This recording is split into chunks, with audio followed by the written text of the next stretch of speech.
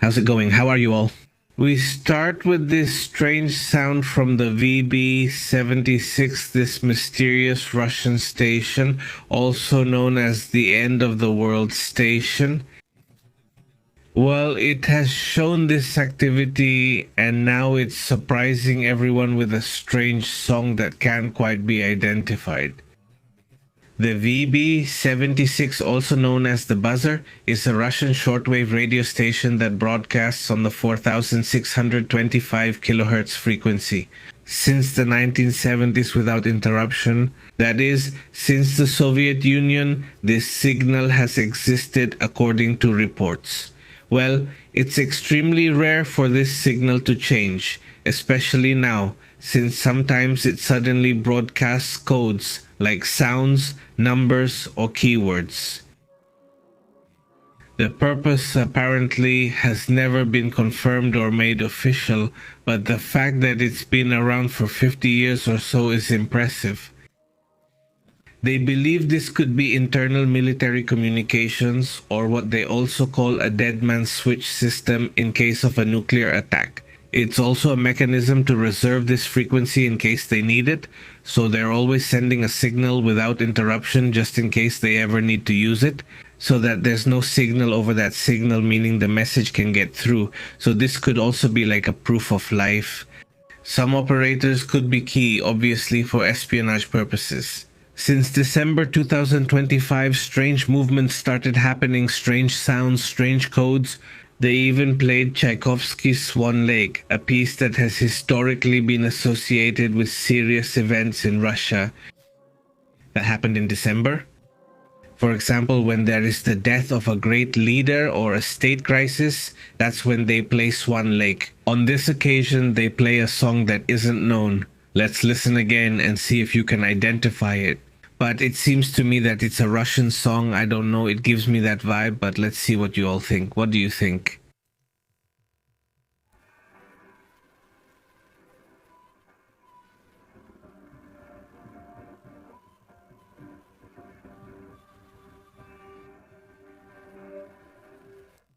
Is it an old song? No, something like that, I'm not sure. Super old, no. No, because the 70s were something like that. No. The best, yes, the 80s and 70s were like this. I can't tell what language it is. Sometimes it sounds Italian, sometimes not. A love song, that's for sure. Definitely a love song, like torn clothes, nothing like that Jose type, but well, who knows from which country. And well, some people think maybe their account was hacked. I mean, the radio station, that maybe it was a hack, because yes, it does get your attention. Yes, it's not the usual thing they normally broadcast exactly. It's something different, and especially the fact that it's today, because we're obviously going to talk about what's happening in Russia. But groups of amateur radio operators and observers have been keeping records for years of everything that happens and try to interpret these kinds of strange signals. The recent behavior is reactivating analysts' alarm, because they fear that these patterns could be the prelude to some covert operation or an internal warning signal in the Russian apparatus. It is and continues to be a very old-fashioned style, very much in the Soviet Union style, and this is honestly quite curious, quite strange. Now, within all this topic, let's talk about what's happening internally, because people in Russia are starting to talk about the end of the Ayatollahs and this whole situation. We're going to talk about that in a moment, and of course, we'll talk about what's happening in Venezuela, what's happening, well, in different parts of the world. Let's move on to other news. Let's move on to other topics. Thank you very much to the community that's already joining the live stream. I hope the audio is coming through well. And so please tell us your theories about what this situation could mean. By the way, there's a poll specifically about the topic of the Ayatollah's regime.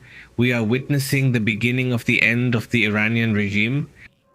And while you can leave your answer there, please stay very attentive to this. Let's move on to other information, another important topic.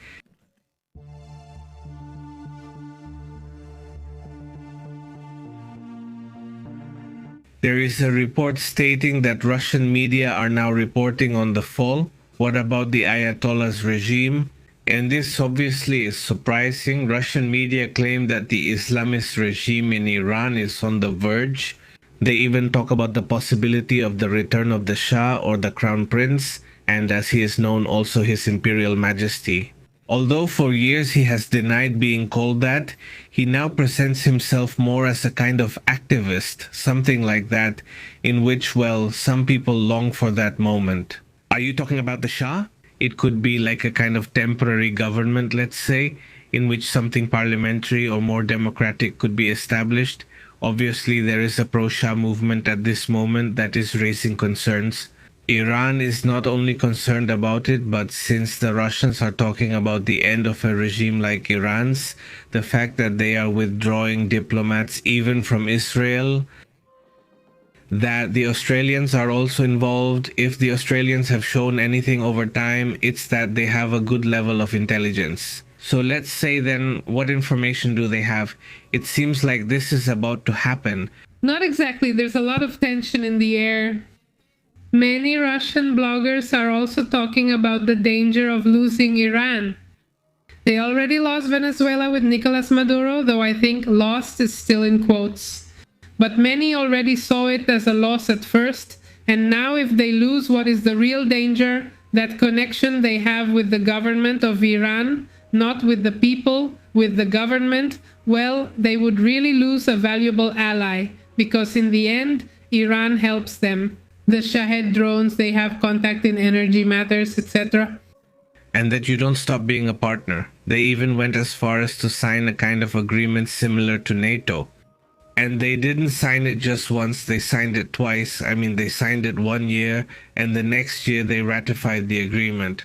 So, in theory, if someone attacks Iran, Russia automatically comes to Iran's defense, or if someone attacks Russia, then Iran also comes to Russia's defense.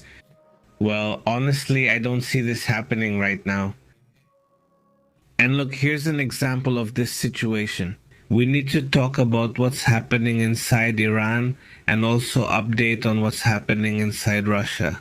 But also the messages coming from the United States toward this country, right?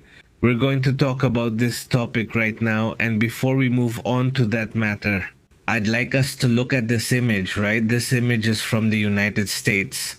Quickly, because we're also going to talk about that topic in a moment, we're going to analyze it, but you can see intense protests there in Minneapolis in the United States.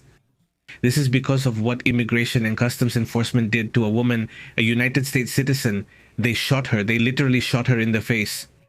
And well, thousands of people, the governor himself, the mayor himself have condemned this action. This has even led to the possibility of impeachment against the person in charge, the Secretary of Security, Nomi, Cristina.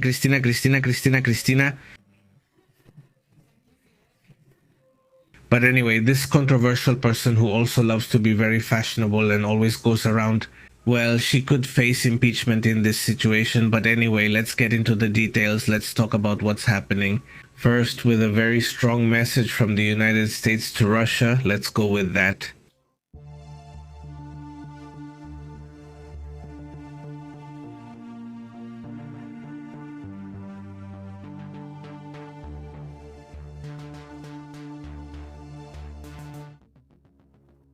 Look, let's get into the details of what's happening in the world and what's happening in this case over there in Russia and the message they're sending, well, from the United States. Lindsey Graham, this congressman has sent a very tough message to Russia, stating that Donald Trump has approved a global sanction on Russian oil. He claims that with this move, the United States supports the project to punish countries that bought oil from Russia, including China, India, and Brazil. Lindsey Graham confirmed on his Twitter account that after a meeting with Donald Trump, the president of that country has given the green light to a bipartisan bill, Democrats and Republicans, to sanction Russia for the war in Ukraine. The law was developed by Graham, along with Richard Blumenthal and other senators over several months, seeking to restrict funding for the Russian war effort. Lindsey Graham was very patient, and the Democrats were too, who supported both Republicans and Democrats who backed this idea. But Donald Trump was very close to Vladimir Putin at that time. but the circumstances changed radically, and now Donald Trump is in such a moment. This is the toughest stance he has taken with Russia. In fact, some experts already consider that this move with the ship would be the largest attack in United States history against Russia. I mean, they see it as something way too strong, right? The fact of seizing an oil tanker in international waters. Yes, they see it as a very serious case, obviously, and especially because it's a challenge, it's a tremendous challenge. But at the same time, on the same day, Graham makes this announcement. A law that Lindsey Graham has been working on for years, literally. And the goal is to economically punish countries that buy cheap Russian oil. That's what Graham says. They are funding Putin and Trump's war machine. He would now have the power to impose sanctions on nations like China, India, and Brazil if they continue importing Russian crude oil. Graham claims that Ukraine is making concessions for peace, while he accuses Russia of continuing to take innocent lives, and of not making or having made any concessions. So far, there have been no concessions from the Kremlin. And what is certain is that if it is approved, the role of the United States in this matter would be very aggressive and would affect countries like China and Brazil on a global level.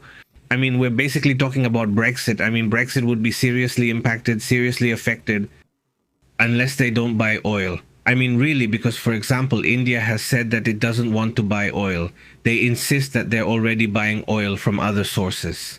But that would have to be investigated because they've already cheated on other occasions, buying and mixing the oil in Malaysia and then taking it as if it were clean, so to speak.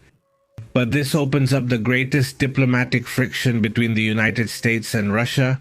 There could also be friction between Brazil and the United States, and especially between India, the United States, and even China. Graham points out that these sanctions would have a major impact since Russian oil is the key source for military operations in Ukraine. Suddenly it came as an effect, well, very strange, very different from what was happening. Donald Trump is very good at playing tricks, isn't he? Or does he just go with the flow? If the wind blows one way, he follows. If it shifts, he changes direction. Come on, the point is that, well, from the point of view of his interests, this move, both the issue with Maduro, what's happening in Iran, and the issue with oil, well, they're all, let's go. It's like the three toughest pieces of news that could happen to Russia are happening, but at the same time, yes, and this is what Sergei Lavrov said today. And well, this is abnormal. They were saying yes. Yes, of course. He was really shocked. There really wasn't a super clear answer, not about any action that Russia was going to take. There was obviously a comment, a reaction of discontent, but not like we're going to do this or that. Nothing, right? Obviously, that really draws a lot of attention. Now we're going to be paying attention to how Russia might react, because obviously their reaction won't necessarily be direct or clear. It could be that suddenly, some strange things happen, maybe some unusual hacks here and there. In other words, that's the reaction. Who knows how it's going to happen, but that there will be a reaction. I'll probably see it. Today was also a day very focused on what's happening with oil in Venezuela, what's obviously happening with Greenland, and that's also a really tough situation. Almost no one is talking anymore about the situation in Yemen, which is chaos. It's really, really tough to talk about. We talked about that topic, but let's move on to other points. Let's go to other important matters as well.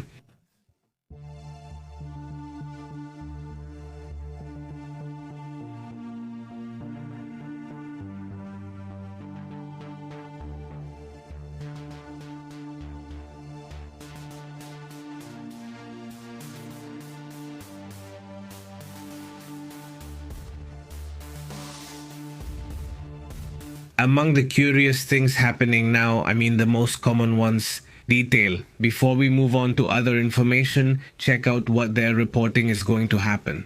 Well, Donald Trump has already extended an invitation to the White House to this oil. To Petro. It's really strange, isn't it? Because we've been watching them, well, I'll say for months now. They've been fighting for months. But after Maduro took office, the capture seemed like it was going to intensify. Yes. Colombia and the United States will completely break ties. Well, today there was a meeting where representatives of certain individuals from the United States government were informed about Venezuela, some of them. How will the agreement be? Not about oil, which seems more important now.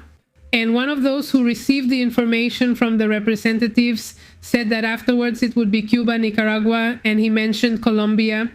So, well, yes, it's surprising that today Donald Trump spoke on the phone with Gustavo Petro. And, well, he invites him to the White House, and this announcement is made. Well, it's easier to have him at the White House. Why send people? This is the direct way, right? That's the comment. It was an honor to speak with Colombia's president, Gustavo Petro, who called to discuss the drug situation and our disagreements. I appreciate his call and tone and hope to meet him soon. Just look at that. And what Colombia says in this statement is that Colombia remains open to dialogue and constructive engagement with the United States, guided by mutual respect and understanding, with an interest in regional stability. That's how the Embassy of Colombia in the United States mentions it. So, well, the rough edges are being smoothed out in this matter. And this, well, as many people thought and had commented, was more for show than anything else. It served the show, and the show served this Petro. And, well, both of them know how to play this, let's say, chess game where they say things to each other. But at the same time, when it reaches a certain point, they greet each other and even visit each other. So far, President Claudia Sheinbaum, the White House boyfriend, may even see the president before Petro, Mexico. I mean, it would be a very curious topic, but let's move on to other serious matters.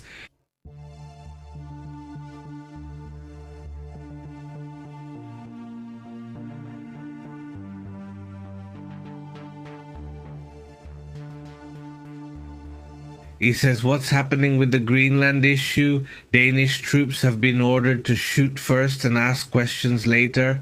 After it became known that the United States might have the possibility of invading Greenland, a country like that, a friendly European country, and now Denmark is being given orders, confirming that their troops could respond without orders if the United States suddenly decides to invade Greenland. After President Trump's incendiary statements, the Danish Ministry of Defense confirmed the validity of the 1952 rule that allows their troops to open fire without prior authorization. In case of an invasion of Greenland, specifically in the event of an attack by any foreign force, the rules order soldiers to engage in combat immediately, even if their commanders are not informed of an official declaration of war. In other words, if a Danish soldier simply sees that there is an operation by foreign soldiers, in this case, it could be the United States, then they would open fire immediately. So, well, that's in a tense context. It's clear then that things have already escalated to an impressive level. And even today, Marco Rubio comes out and says that there's a proposal for a sale or a purchase, or rather an attempted purchase. Not for Greenland, no, like buying something that can't be sold. I mean, come on.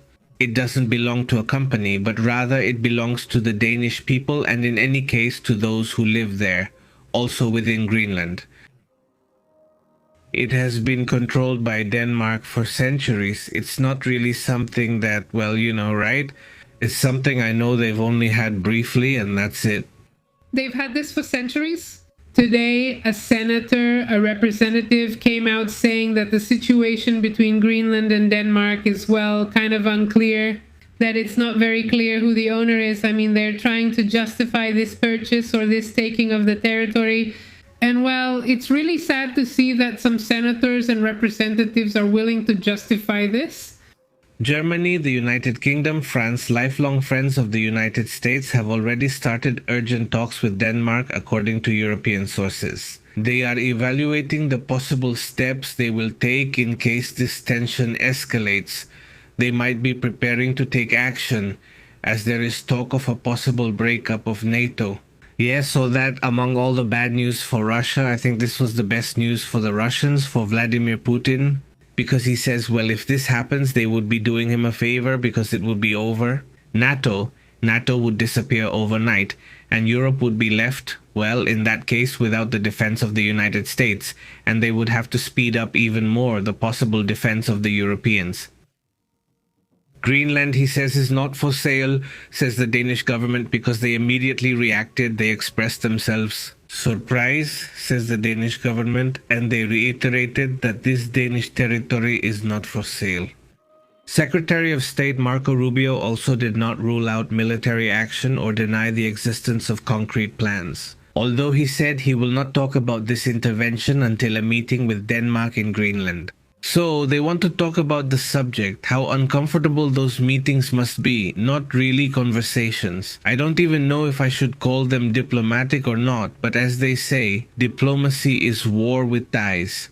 And well, this is what is happening between Denmark and the United States. And what must be going through the mind of Starmer, the Prime Minister of the United Kingdom, or the German Chancellor, or the French President Macron? Faced with a country that is now turning its back on them, right? First, they were turned away because of Vladimir Putin, but now that's no longer the case. Now he's an enemy of Putin again. But now it's this country that's against international rules. No, I already skipped the day of today's message on Twitter. So embarrassing, right? I mean, still acting like a little kid. It's not because of that, but when you say it, it's because of that. So yeah. It's going to break a relationship that's been around for many years, and it's going to affect the image of the United States. Well, it's already affecting the image of the United States in the world. On other also important matters, Saudi Arabia's allies in Yemen are being expelled or are expelling from the government. In other words, the allies of Saudi Arabia's allies in Yemen are already expelling a separatist backed by the United Arab Emirates. So there are some serious tensions going on. Is there already a decision to remove this person we showed today, Al-Zabuipe or something like that, this man who leads the Transitional Council? We already saw this map that shows how Yemen is right now. I mean, Yemen is, even though there are more divisions, it's basically divided into three parts. At this moment, the Houthis are on this side, and in this area is, let's say, the official group. In other words, the constitutional government is the one that controls this area here. This little piece right here, what about it? And this other little piece where there's a port over there which is controlled by the official government. The rest belongs to the Houthis. And here is another rebel group. There are already gunshots. There are attacks trying to eliminate this leader who is rebelling in this whole area. This man is supported by the United Arab Emirates. Saudi Arabia supports the constitutional government of that country, and the Houthis are supported, as you know, by the Iranians. So is Yemen divided into three? It's a crisis that has been going on for years, and lately we haven't heard much about the Houthis. But the problems continue. The division is tremendous, and what is expected, that's the most important thing. It is expected that this could escalate into a conflict beyond a proxy war. A proxy war is a war that is fought from another country in a different region. I don't attack that country directly, but instead I attack my enemy by going through that intermediary country. So here there is a war involving three countries besides Yemen. No, not counting Yemen, not counting Yemen, not counting Yemen. So here we're seeing a war between Saudi Arabia against the United Arab Emirates and against Iran, and these two countries against Iran. So does that mean it's a mess here right now? Besides Yemen, yes, besides Yemen and besides the Houthis and besides the Houthis exactly, who have already formed something like a government. They have these really harsh divisions, just to put it that way, to make it a little clearer. Here, in the green area is the Presidential Leadership Council, backed by Saudi Arabia. Over here is the Southern Transitional Council, backed by the United Arab Emirates. And over here in Sana'a, which is the capital, that's where the famous Houthis are. They're considered a terrorist group by many countries, right? Is that so? Not all countries agree. Some see them as rebels, others have different opinions. Only Iran seems to recognize them, and outside Iran, no one does. Russia also doesn't recognize them as a government, right? But Iran and Russia do. Well, it's a pretty interesting topic, but let's move on to what's happening in Venezuela, which is also very interesting.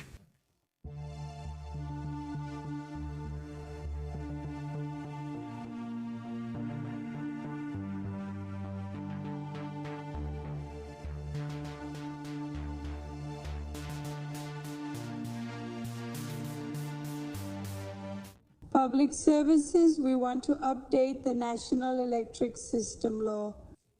Well, Delcy Rodriguez, right now, the one they currently consider from the regime as the president, according to what they say, the court announces a plan to improve Venezuela's electric system, one of the sectors where the blockade would have done the most damage, according to their own version. At the same time, there are very harsh messages from Diosdado Cabello. On one hand, Delcy wants to show an image where she supposedly is going to negotiate with the United States the shipment of oil and other things, even a possible transition.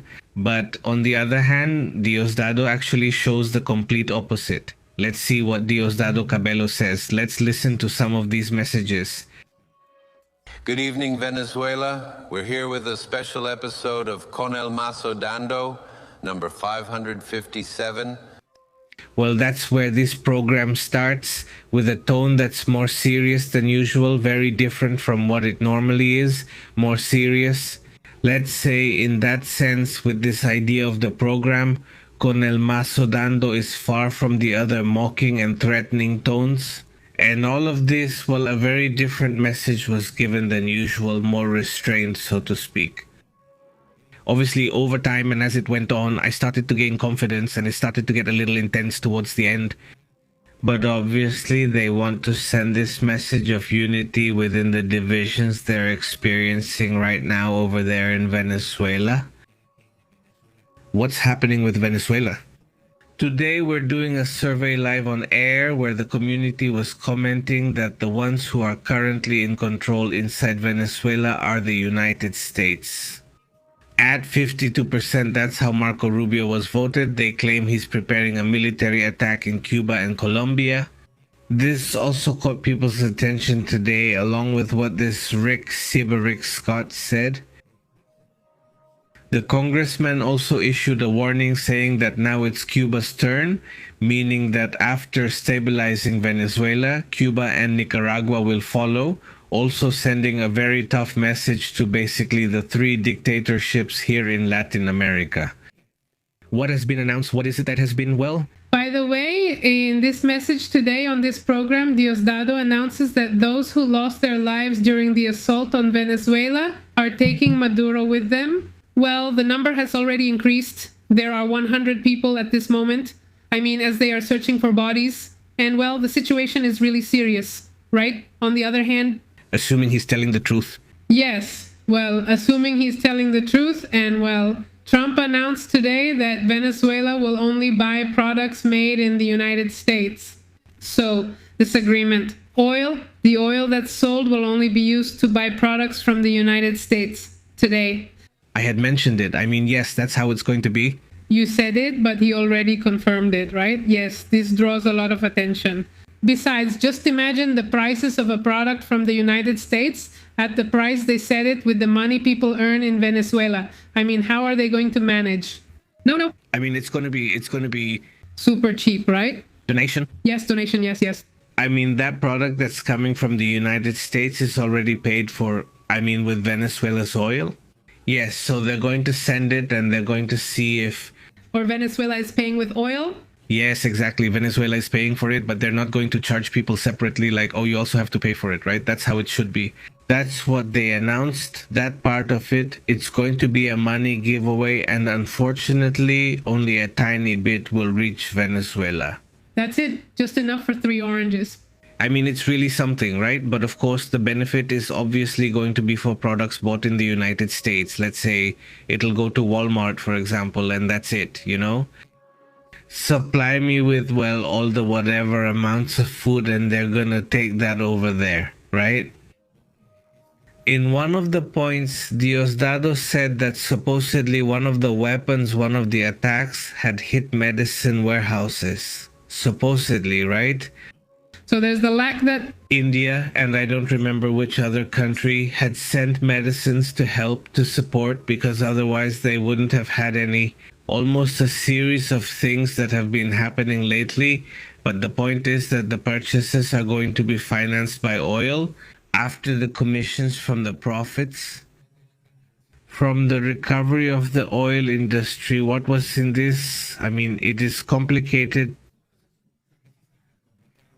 The issue reveals that the interim government of Venezuela will deliver, and that's what the interim government calls Delcy's government, that they are going to deliver between 30 and 50 million barrels. We'll have to see then exactly how far that will go.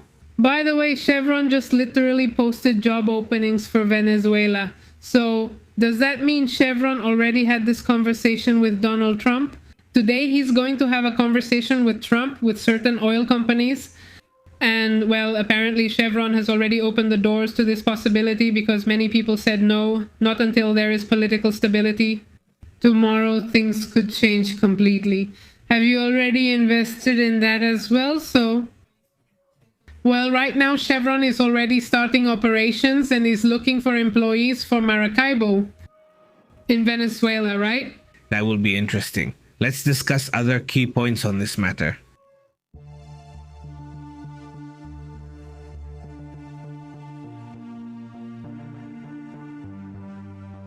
What's happening with this and with this issue of the ships over there in Venezuela? A topic that's also part of this whole movement in the area. Well, several have already started to leave. Several have started to relocate, especially the ships.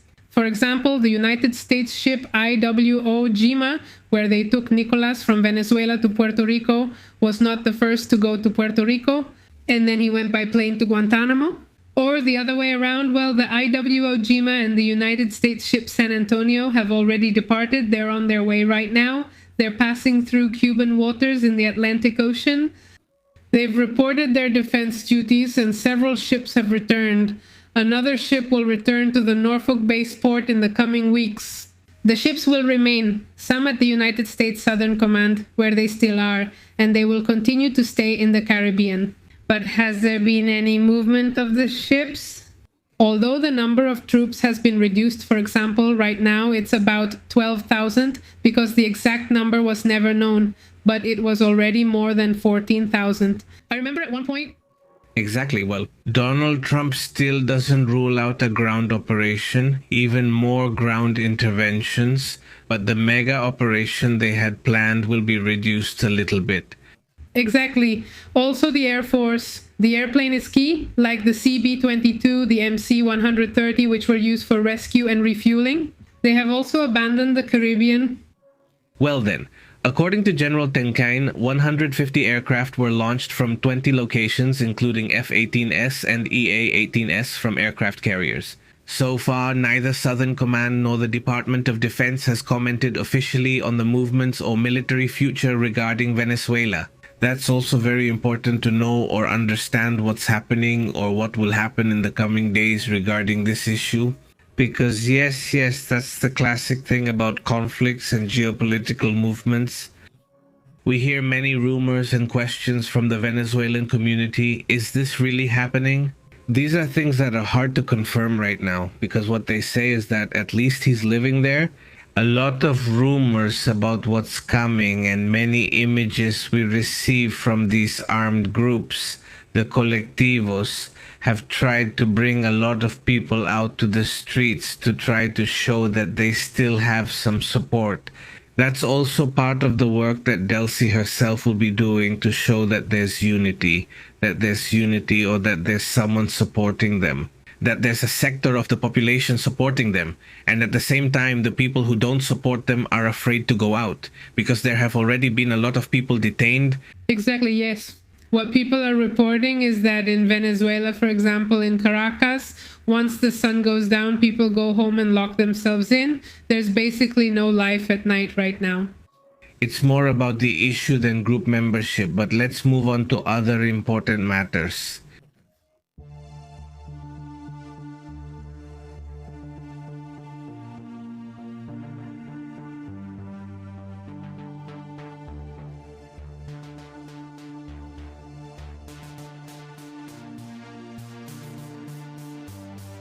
A tough situation occurred in Minneapolis, United States, because, well, he was shot and we already talked about that at the time. In the afternoon, an American woman who was protesting along with other people against the movements was shot. They were telling lice to get out of here. They wanted to kick them out, and well, the lady paid with her life, but the good cop, the one from lice, doesn't say anything. She just drove the truck at me. I mean, yeah, if you watch the video, it depends on the angle because there are several shots. You can see that it goes in front of her. Obviously, she was being surrounded. The person didn't have a weapon. She was a 37-year-old woman. This is what you would call a classic American situation. I mean, it didn't look like she intended to hurt anyone. She was protesting, she was angry, and they shot her to kill, right? Basically, the mayor's anger is impressive, as well as the anger of the people and the governor. I mean, people are saying immigration and customs enforcement out. They're asking for the National Guard to be there to protect citizens from immigration and customs enforcement itself. They tell Donald Trump and Christine Noem, please, you've already done so much, sarcastically saying, no, you've done enough. It's better if you just leave because we don't need you here. That's what they tell Donald Trump and Christine Noem. We don't need him in the state, in the city of Minneapolis, but in general, they don't need them in the state. And that's how it is. And this could escalate to an impeachment. Exactly. Robin Kelly, who is a congresswoman, is already planning to send some articles of impeachment against the Secretary of Homeland Security. Is Christine Noem still in office after this? And will she face impeachment? Has enough action been taken? She has turned immigration and customs enforcement into a rogue force, violating the Constitution, separating families, and leaving death in her wake. This isn't the first case, it's just the first in the United States. There have been others already. Obviously, the others have been immigrants and it hasn't attracted as much attention, but this one, because she's an American, that's why it's getting attention. For example, Hispanics or even non-Hispanics, I mean, people from other countries, yes, who end up missing for months. I mean, there are a lot of questions. Even tourists who have been detained and then kept there for weeks in terrible conditions. 5 Mexicans have lost their lives. Just imagine, 5 Mexicans who have lost their lives. Tourism has dropped dramatically, international tourism, for the same reason, because there's this bad image of the mistreatment that happens to them. Now, it's almost like it doesn't matter where you come from. So the situation is, it really is. It's just that, it has basically escalated because of Christian Noem's terrible handling of this whole situation. Yes, and the comment he made after this event happened is also quite unacceptable. Like Donald Trump, they call her a crazy old lady from the left and the poor Drug Enforcement Administration agent. He went to the hospital, was quickly released, and is now with his family. But besides, there was a doctor there in the area. The doctor says, let me check her quickly. I can see here if she's okay, if she can survive or something. And they didn't allow the doctor to get close. And that's already something that's an exaggeration. I mean, is the person just lying there? Yes, apparently, maybe she was already dead.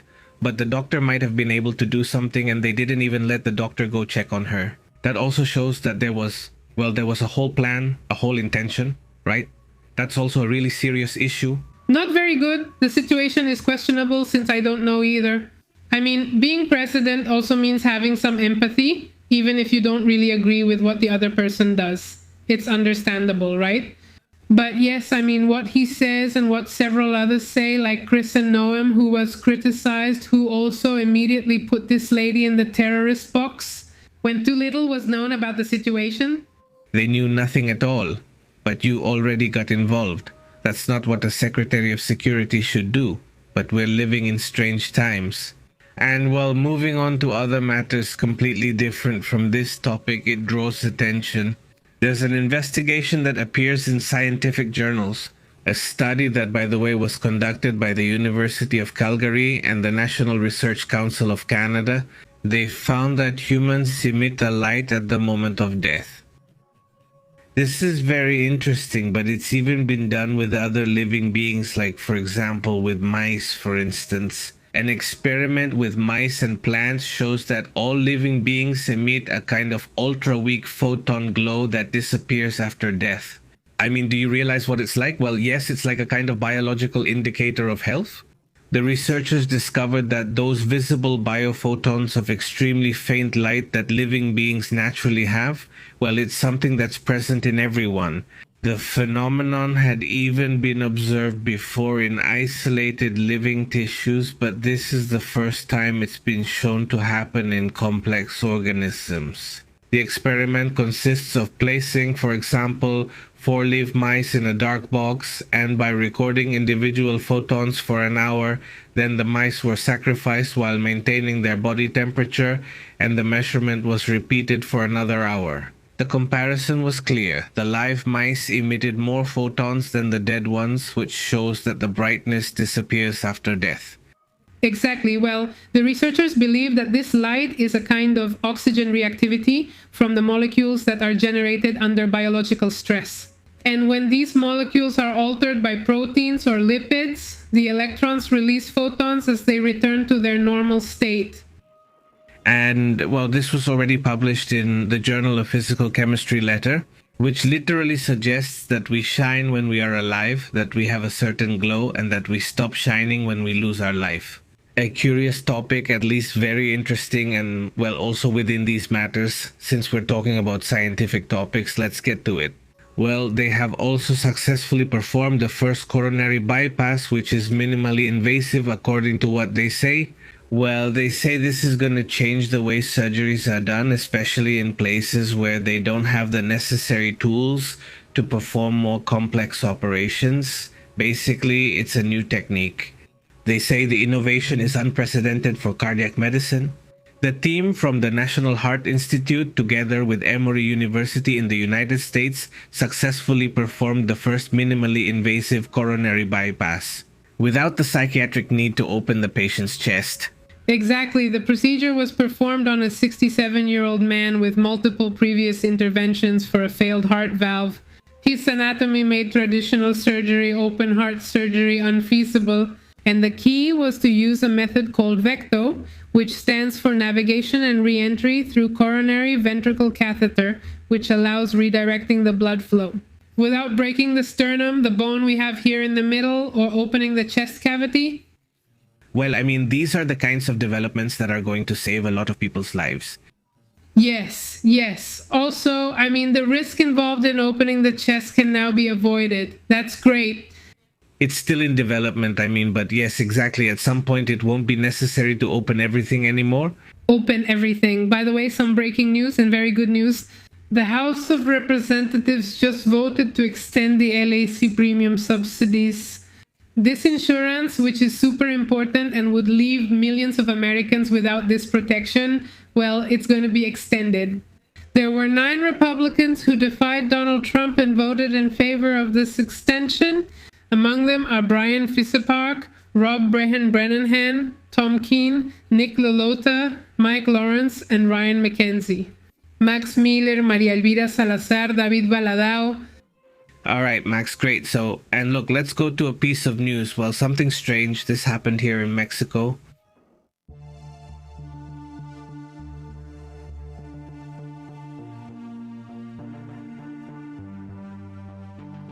Notice that they've been talking about this in different Mexican media outlets, in which this woman supposedly tried to sell as scrap metal something she saw there. She said,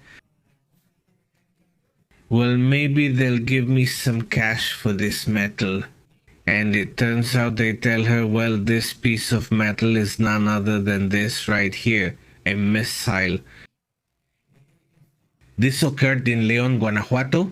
Finding a military device prompted evacuations and road closures in northern León after the security operation began. Well, one of those curious things that, well, have caught people's attention at this moment. And, well, first of all, she goes wherever she wants, luckily to where she wanted to sell. It's not like they noticed, she said. No, ma'am, you better take that to the firefighters, right? This woman from León, Guanajuato set off the authorities' alarms when she tried to sell what she thought was scrap metal, without knowing that it was a military missile. The incident happened when this woman, who lives in the north of León, was with her neighbors because they reported a suspicious object. And obviously the whole security operation started. This woman first took the projectile to a place where they buy scrap metal, where they buy unusual metal scrap. And well, they thought it looked strange. And they tell her that she should go to the fire department. They'll tell her who to sell it to. And at the fire station, they realize it's a missile and have to call the bomb disposal experts because, well, it was extremely dangerous and the woman was carrying it around like it was nothing. Like it was nothing, exactly. According to local reports, the woman was unaware of the device's origin or nature and received it with other recyclables. I mean, no, it wasn't the only thing she was carrying around. Well, this happened in the center of the country, in Guanajuato. Strange, isn't it, that something like that could end up with a civilian, since it might have exploded at any moment if dropped. They say they're investigating how this military-use projectile ended up in the hands of civilians. This is obviously something extraordinary, really, isn't it?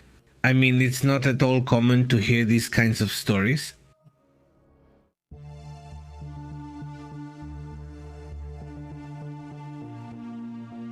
There's also a report of a lost phone in China, and, well, it gets attention, or maybe it doesn't get attention.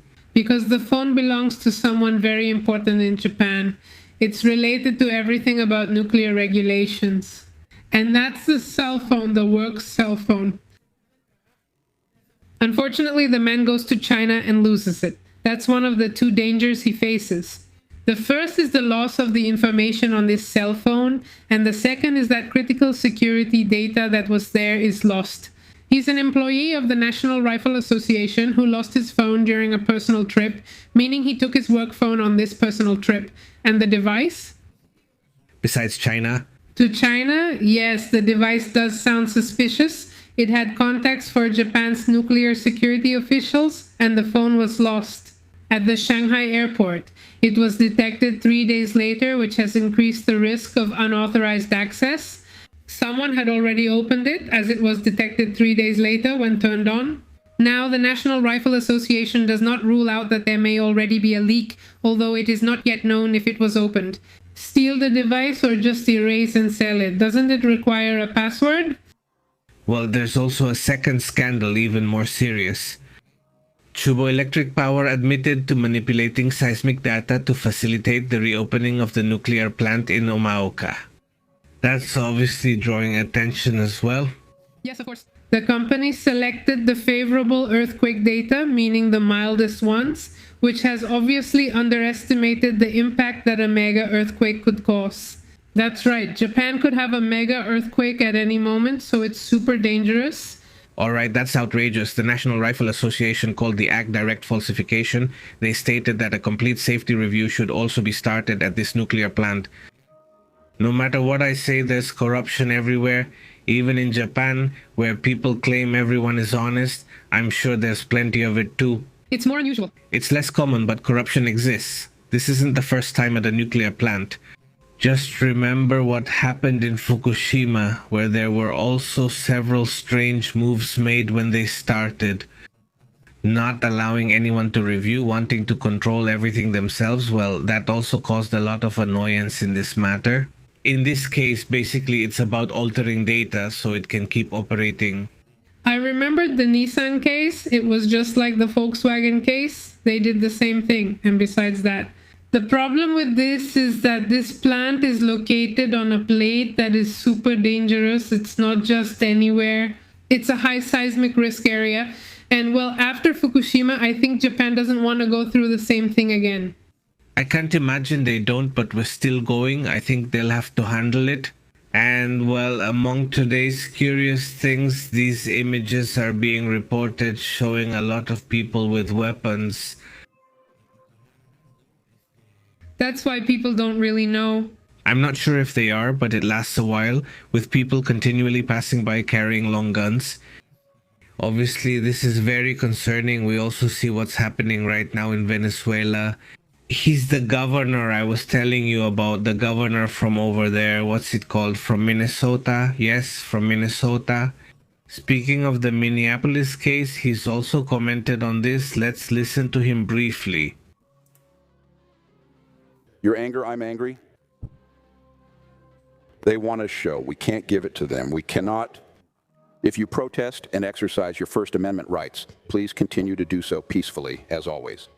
Huh? Well, he says that he's angry too, that if they're going to protest, well, he understands perfectly that people protest, that's all. He just asks that they do it peacefully, right? I mean, really, yes. Yes, don't give them an excuse. No. Exactly. No, that's also obviously important. There's a message, and that's also very interesting, a message from what would be the East. The Crown Prince isn't actually called that, as we'll hear soon. He gives a message about the Iran issue. This situation is very interesting. And, well, let's also take a look at the results of the survey in just a moment. Thank you very much for participating. Today was a day that, well, goes down in history. Like, well, maybe the biggest challenge that Russia and the United States have faced, at least in the last, well, 20 years, at least. Well, it's really an interesting topic. More images are coming out about this ship, the Vela one, showing how this movement happened. So far, nothing suspicious has been said about what's inside that ship. No, yes. Yes. It really caught people's attention that Russia wanted to send them a submarine, the extra ships, but well, they didn't make it in time. They didn't make it, no. But anyway, let's go to the message that the Crown Prince of Iran is sending, and let's go to that.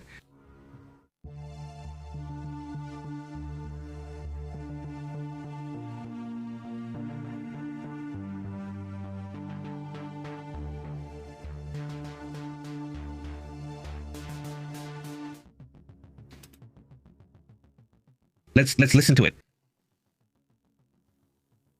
This is a direct message addressed to the armed forces and security forces of Iran. You who wear the military uniform to defend the Iranian nation now face a historic choice. In these days, when the brave and united people of Iran are building and writing history, my question for you is, on which side of history will you be, with the criminals or with the people? There is no doubt that the Islamic Republic, this corrupt and oppressive regime, will fall. The only question is, when will it fall? And that moment is closer than ever. In these decisive moments, I hope you return to the people and use your weapons, not to shoot them, but to protect them.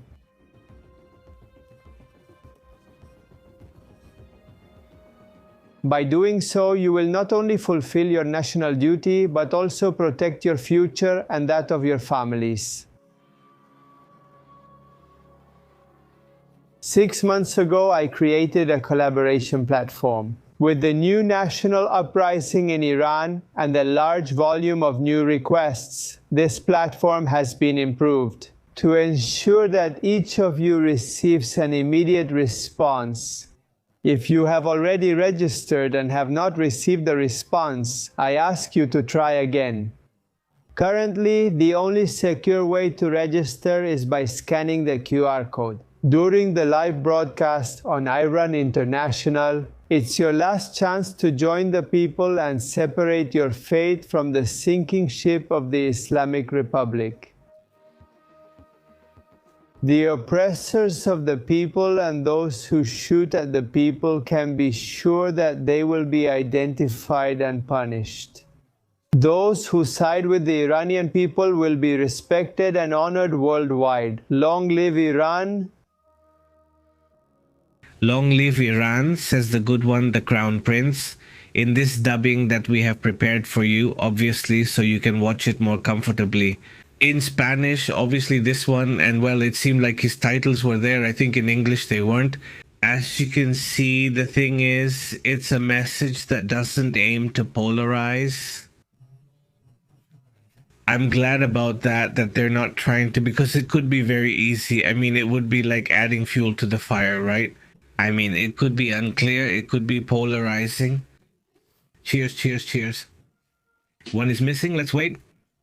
Go ahead, 3. 2. There's the third one, the classic third. Listen, the thing here is 4. It's to remember the thing here.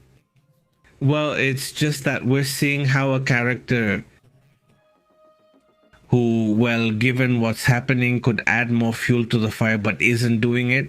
I think that's right, but he is trying to tell them, like, come on, be on the right side of history. Don't start shooting at people. No, And especially now that it's been revealed that one of these paramilitary groups gave the orders to shoot at those who are protesting.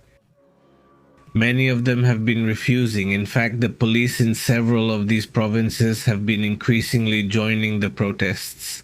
The big question is whether we are seeing the end of El Ayatollah, the end of that regime.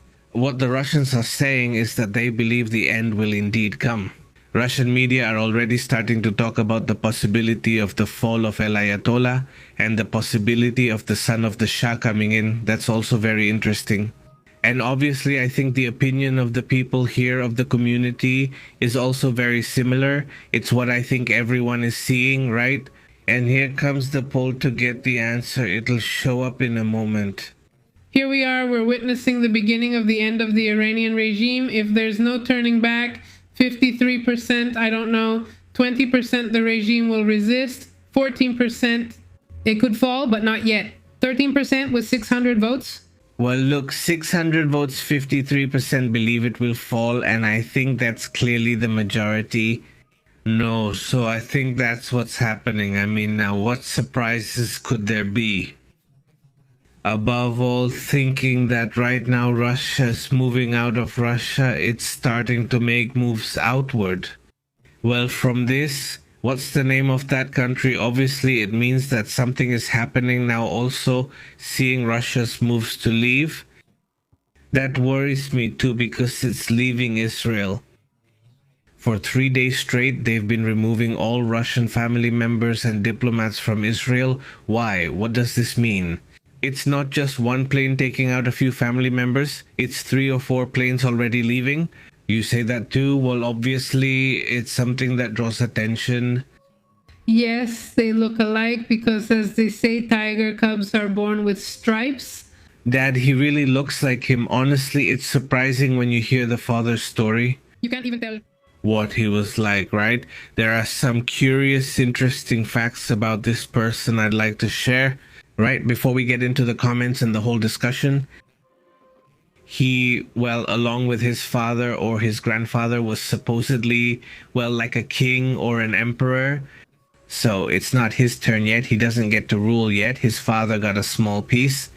His father dies in Egypt. His father dies in 1980, the year 1980, when, well, the Iranian Revolution happens, right? And we more or less know how the story went, right? But there are some interesting points, let's say, just to give us some details and get to know the character a little better. He would be the successor, as far as we know. He was officially designated as Crown Prince by his father when he was 18 years old. He was already considered the future Shah, but then the Islamic Revolution happened and that obviously changed everything. His name is Reza Pahlavi. The historical title is Crown Prince of Iran, and since 1979 he has been the Crown Prince because there were other brothers as well. Born October 31, 1960. He is from or was born in Tehran, the capital of Iran, during his father's reign, since he is good. His father, Mohammad Reza Pahlavi, was the Shah of Iran, and his mother, Faradiba, was the last Empress of Iran. He's known that way. His wife is Yasmin Pahlavi, and they have 3 daughters. He currently lives in Washington, United States. Look, it's very interesting. I think he was in Egypt. Right now he's in Egypt, yes, but his official residence is in Washington. He studied like his father in Switzerland. He went to school there. Unlike his grandfather, for example, his grandfather didn't have an education, and then his father, he does have studies in Europe, specifically in Switzerland. He also studied in Switzerland. He was at the United States Air Force Academy, by the way, but he dropped out when the revolution happened. He also studied political science at the University of Southern California. So, well, the father, has a lot of European influence, but the grandfather doesn't really have that much European influence or anything like that. Because he's the one who always stayed in that region, and he has European influence, but also American influence. He proclaimed himself while in exile, but then he disappeared. Later, he renounced the throne and became more of a symbolic activist because of who he is.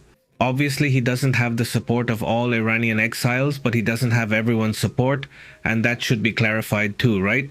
Is it everyone, or just most of them? Yes, currently due to the Ayatollahs, but his father and grandfather also acted independently and are seen as repressors. They did some good and some bad things, treating the population harshly. As usual, these stories have gray areas. No, not everything is black or white. There are just a lot of very interesting situations and they should be studied separately. He hasn't spoken as a monarch for a while. Instead, he's spoken more as an activist and critic of the Ayatollahs. And his image, above all, resurfaced in 2022 when those harsh protests happened, and also in 2023. He became active again, and with the protests, he's been very active on social media and in the press. Exactly, everything. And well, if he were to return, well, he says he's not interested in being Shah, but if he were to return, would there be a problem? Or would they have to make changes? There, he only has 3 daughters, no sons, and according to the law of the Persian monarchy, it would have to be a man, the heir. By the way, Shah means king, and his father was Shahanshah, something like that, something more extensive like Shahanshah, so it meant king of kings. That's the title he gave himself. So was he? Very contradictory characters, because on one hand they were very westernized in many things, but at the same time they were also harsh, like dictators, right? Basically, no, yes. So, well, the son is an interesting character. I think he has a very different profile from his father and grandfather. That's how it seems to me. And because they grew up under a different system, so they see things differently than their parents or grandparents. Exactly, but it's still an interesting topic. We always enjoy discussing things here. In a way, we're witnessing history unfold live, aren't we? Let's move on to the comments.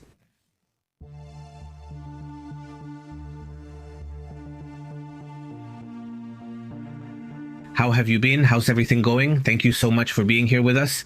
Joining us, greetings to Horatio, who needs to revisit the beginning for the current title since we're at the end. Greetings to Eliseo. It's always good to remind those who are new to the channel. We usually start with the title, at least with one of the titles, and then during the live stream, well, we comment on the rest, and then at the end, after about an hour or so, we start with the comments. How have you been, Luis Eliseovic? Thanks to our channel members and the community for your support, including super chats and super thanks. You can support us there with PayPal or via OXXO. The description always has the ways to support this channel. Greetings to Gerardo Hernandez and Maria Gonzalez. They left the dictatorship and now want a monarchy. We don't understand them. They just don't share our worldview. They've had 2 things and now want to return to the first. But yes, well, hopefully at some point they'll think about democracy. Yes, hopefully. I mean, we have to remember that at one point they had a monarchy with a parliament, so they did manage to live through that. But then the CHA got into the idea that he was an emperor, and so that's exactly it. That's the issue, right? But anyway, greetings, Caribe. Number 7, it says, instead of running for prime minister, maybe he could run as a politician. That could be true. Greetings to Luis Beltre, watching from Pennsylvania. How have you been, Luis? Greetings, Yo-Yo to Cardan. Thank you very much for that. We really appreciate the super chat and the community's support. Thank you so much. Greetings to Rublox, says Raul Sachs. The exiled Iranian royal family traveled through Morocco, the Bahamas, Ecuador, the United States, Panama, and finally went into exile in Egypt. However, Mexico was included among the countries. They first arrived in Acapulco and, quite unfamiliar with the original Acapulco, greetings. Greetings were watched from Pennsylvania. Greetings to Luis Beltre, who watches us from Panama, Lost Acapulco. Alex says all signs suggest Russia will act unexpectedly on the war. Alex says greetings on the social network Musicalia. Very good greetings. Cheers, Panterita. How have you been, Raul? Sax, Angie, how have you been? Greetings, he says. Acapulco went to Cuernavaca. Hey, really missing, just like he said in the most places and how you saw him. Monterrey, I'm sure. Greetings from Carva Cardan. I always enjoy seeing you. Thanks for becoming my family. Thank you, Carva Cardan. Greetings. Also to Morena, says greetings to Brazil. Greetings, Morena. Greetings, Morena. How have you been all the way to Brazil? Very good from Panterita. Leave your like and you'll receive your missile. Greetings to Norma Mata, who says good evening and comments on how sad everything happening is. Greetings, Norma. Hi Norma, how's the high school? Good evening to Bona. Who says greetings from Chile. It's very hot here. It's only 22 degrees, but it feels like 30, says Bona. Yes, I can imagine. It's still winter here and it hasn't been good. It's been calm this winter. It's boring. It's good because you don't crave as much junk food. So many things, right? It's true, you crave more when it's cold. Starting Monday, it should get a bit colder. Greetings, Bresica Norma. Yes, like Maria Elena, thank you. It didn't get worse, right? Is it junk food? Yes, the missile might have exploded a bit. Thanks for today's info. Yes, it could have exploded. I suppose at a low level, it's still an explosive. At the end of the day, this is probably ruined. But well, for example, bombs from World War II have exploded and still do. So yes, it's possible, says Raul. The Book of the Persians is one called the Book of the King of Kings. And from there comes the concept of King of Kings. Look, how interesting. Eric Marino says, as they say, Pepe Tim, did you see the Netflix Rookie? It's about geopolitics and espionage. No. But we'll write it down here. Greetings, and here it also says Maria Gonzalez. The chat was already very sick when it was in Cuernavaca. It had already gone through a lot. Greetings, Alex Torres as well. And then, did they have money or were they sponsored by the state? How do they manage when they're exiled? Because those who live in... No. I think so, yes. They have their own money on the side, of course, yes. Greetings, Alex Torres. Things, Alex Torres. How are you, Alex? Very good. He says, me. Haven't they greeted him since last year? Me. He tells me that if we keep up with everything that happens every day, reality surpasses fiction more than the day before. The truth is that suddenly, yes, it's just that, yes, suddenly, well, yes, suddenly. 2 or 3 weeks go by like that, very calm, but relatively. But suddenly there are some really big twists. Today, I think it was a twist, especially because everyone expected nothing to happen with the people on the boat and thought it would be uneventful, but it turned out to be a real surprise. Greetings, how have you been, Omar? Greetings all the way to New York. Happy birthday, Omar. Congrats, Omar. Hope you had a great time. Happy birthday, Omar. That's so cool. January 7th, very good, excellent. Another January birthday. Our group is growing. Greetings. Greetings to Robert Ramirez in the United States and to Martella G, who says hello from Tikisia. Do you live here, champions? He says, long live the SID champion. How is he free? I love that. Besides the news, I learn a lot with you all. Thank you very much. Much success. Greetings. Thank you so much, Marcela. And she says, that's it. That's enough. That's it. In Venezuela, Iran, and Russia, they need some joy and salsa. It's a shame the world doesn't change and repeats the same mistakes. Regards. Hey, Alex Torres, how have you been? Do you think something big is coming? Share your thoughts here. Greetings, Monica, and greetings, Pepe, and to everyone in the chat. Taking advantage of this, thank you very much, Monica. A big greeting. Greetings to Gerardo, who is Pitbull, wishing you the best supplies, community, a hug from afar, family. I'll be waiting for you in Iquique, Chile. Greetings, Pitbull. Thank you very much. We'll be there. Hello, Benedicto. How are you? Hello, Benedicto and Beatriz. How are you, Beatriz? Andrea is watching from Germany, but I don't see her in the truck. How have you been? Greetings to Germany. How are things over there? It says here that the obligation is law. It says, the sister from the chat had a house in Acapulco before her exile, which I think was a point. Acapulco became an important part of the jet set. Could it be that a lot of people used to come and I feel like that part faded over time as the city got older? Whatever it was, and then later, no, maybe still, but I feel like it had a huge boom, right? Greetings in several beaches on the Pacific side. On this side, he says 8 people shot. So how did that happen? Let's see. Let's check Tabi. How has Tabi 3014 been? Let's see what's going on with that. Thanks for the info. Could Patricia be here in Germany, watching you all at 5:30? Andrea is greeting us from the future. Hello. Alex says they're saying hello. He says those weird Mexican phrases like puro pájaro en el gon or even algas del diablo haven't been heard. He says birds don't have wings and no one has seen them, so just imagine who's there. Where did they get those phrases from? Honestly, greetings, Marcos. How have you been? Greetings to Honduras, Alex. How have you been? Because if they were something, they wouldn't fly, right? That's why it's the joke of that pure lie. Yes, of course. Of course, he says. Wiko, have you seen the biographical movie about Putin? You mean the one I know where Yudla appears? Wiko says it's really bad that it's like they believed all of Putin's lies. I mean, they make him look like a super spy, all cool and everything, but he was just a desk guy. I mean, he wasn't a field agent. I don't want to...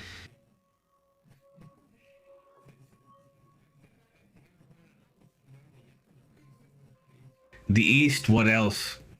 Greetings also to Sandra Guerrero, who is watching us from Bariloche, Patagonia, Argentina. She says, for now,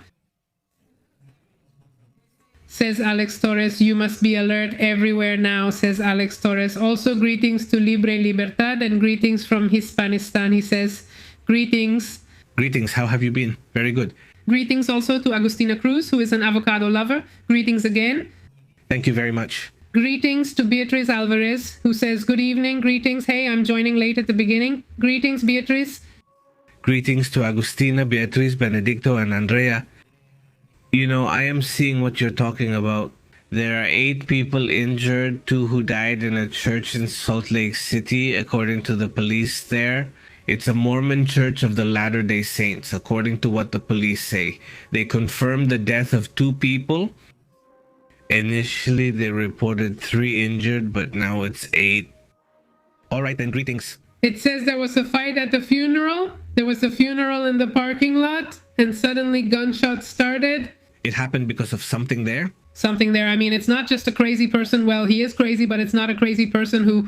He is, Crazy person who goes around killing without knowing or meeting anyone. There's some anger there. We'll see later. Greetings to Caribal. How are you, Caribal?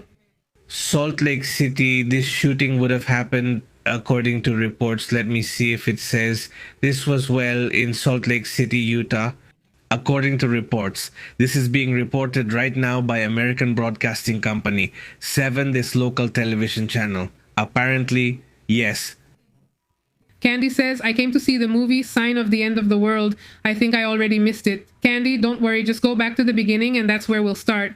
If you want, you can watch the whole show or wait for the comments to end and go back to the beginning. Greetings, Candy. Greetings, Candy. Very good. Hello to Marcos Galindo. How are you? Who's watching from Honduras? Marcela is also here and suggests that despite all the Crown Prince has experienced, he brought a positive change to his people. Yes, it could be. Greetings to Roberto Ballesteros, who is also here, she says.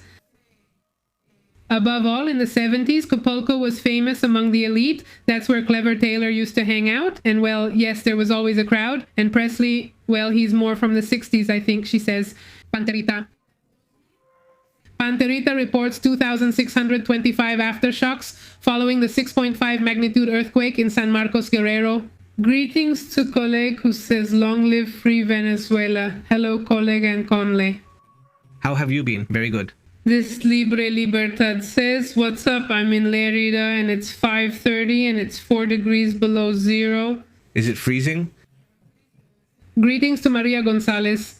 Andrea Patricia says she's not from Germany. It's too cold this year and such a temperature drop hasn't happened in years.